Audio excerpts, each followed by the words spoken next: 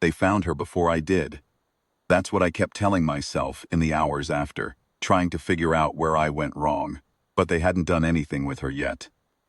She was still under the pallet when I came through the cargo row, still folded into herself in that particular way Vithani children do when they're trying to take up no space at all, crests flat.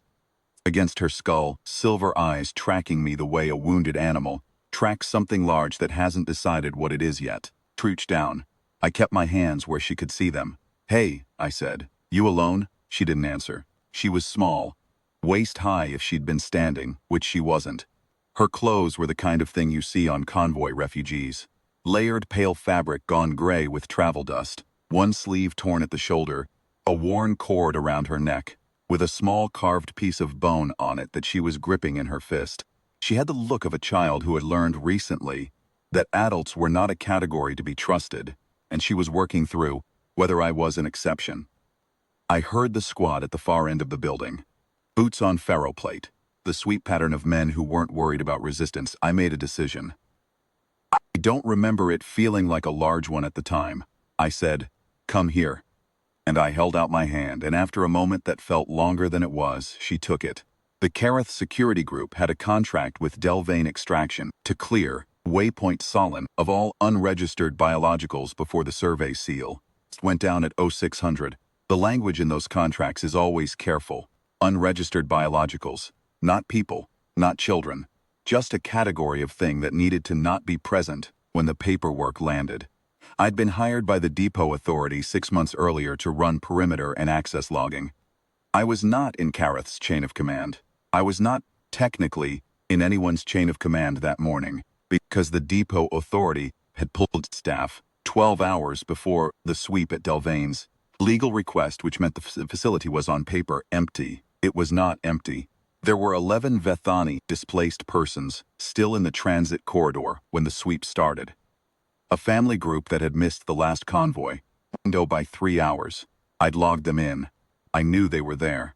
By the time the squad was inside, the family had scattered into the cargo rows, is what you do when armored men come through a door at that hour with that energy. I'd found one of them. I had her hand, and I was moving toward the emergency beacon panel when the squad's point man came around the end of cargo row 7. He stopped. I stopped. He was in full Kareth kit, gray composite plate, visor up, a pattern scatter sidearm on his hip, and a longer weapon across his chest that I recognized as crowd compliance, not lethal. They weren't here to produce bodies. Bodies meant inquiries. They were here to produce an empty building. Facilities under sweep, he said. Unregistered biologicals are subject to removal to the Delvane processing point. I looked at him. I said, "She's with me." He tilted his head the way people do when they're deciding if you're serious. "Sir, please step away from the biological and." "She's with me," I said again. The squad commander's name was Tove. She came up the row 2 minutes later, 4 men behind her, and she had the manner of someone who had done this work long enough to find it tedious rather than troubling. She looked at me. She looked at the child behind me. The child who had moved, without my noticing, stand with both her small fists balled into the back of my jacket. "You're Rennick," Tove said. "Access contractor. You don't have standing here." "I've tripped the emergency beacon," I said. "Sector relay logged it 40 seconds ago. Whatever happens in this building in the next hour is on record." That was a lie. I hadn't reached the panel, but I had my logging unit on my belt, and it had been running since I found the child, and the automated uplink to sector relay runs on a 30-second cycle, so it wasn't entirely a lie. Tove looked at me for a long moment. "Step aside." "No." She hit me the first time herself, which I respected in a professional sense. It was a clean shot, composite glove, and it put me into the cargo shelving on my left side, and I went down on one knee, and the child made a sound. Behind me, not a scream, something quieter, a sharp intake, and I got back up. Tove looked at her men and then back at me with an expression I can only describe as recalculating.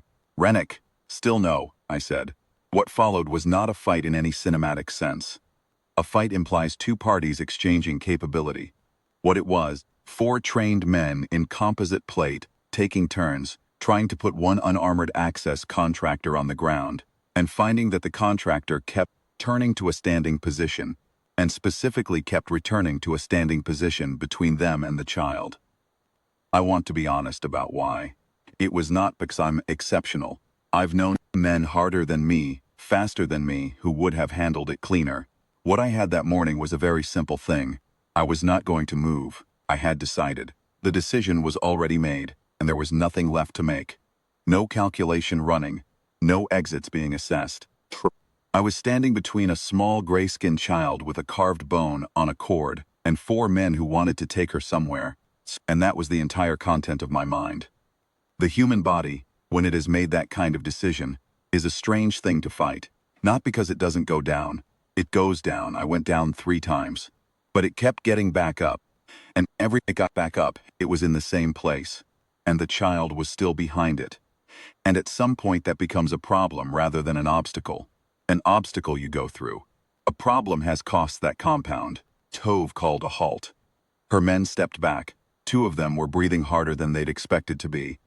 I was standing barely, one hand on the shelving, and I had a split across my left brow that was making a mess of that side of my face, and I was looking at her. She was doing math, I could see it. The beacon log, real or not, meant Sector Relay had a timestamp on this location. A Vithani child, unaccompanied, was a category that drew resettlement authority interest if it surfaced in the record. Delalvain's contract language said removal to processing, not removal by force from a documented access contractor in a logged incident. What had been a sweep of an empty building was becoming a documented use of force against a registered depot employee. And I was still standing up. Convoy window reopens at 500, I said. My voice was steadier than I had any right to. That's 4 hours. Shh. I'll have her logged and documented in the transit system before the survey seal drops. She'll be out of your jurisdiction before the paperwork lands. Tove looked at me for a long time. If she's still in this facility at seal drop, she said, she's Delvain's problem to sort, not mine. A pause. And so are you. She turned. Her men followed her back down the row and out through the far door, and I listened to their boots on the ferroplate until I couldn't hear them anymore. I sat down.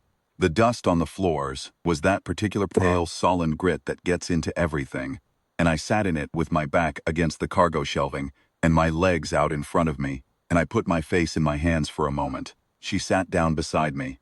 Not touching, just beside, close enough that I could hear her breathing. After a while, she reached out and touched the split above my eye with 2 fingers, very lightly. Not a question, just an acknowledgement. I'm all right, I said.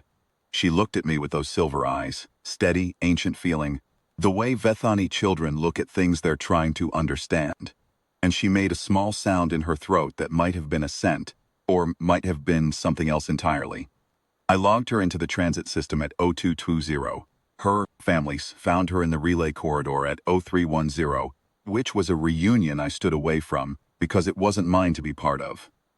I filed the incident report at 0400 and sent copies to the sector relay, the ultimate authority, and my own legal contact, which is the kind of thing you do when you want a record to exist. 0455, I watched the convoy window open and the transport lift away from the pad, and she was on it. I knew she was on it because I'd walked the family to the ramp. At 0600, the survey seal dropped, and Waypoint Salsland became, on paper, Vane, extraction property. I was sitting on the perimeter rail with a field dressing on my face when it happened, and I watched the seal indicator light go green on the depot board, and I thought about what Tove had said. Not mine to sort, and I thought that, probably the truest thing said that morning. She wasn't a problem to sort. She was a child. Some things are simple. The older I get, the more I think those are the only things worth being clear about.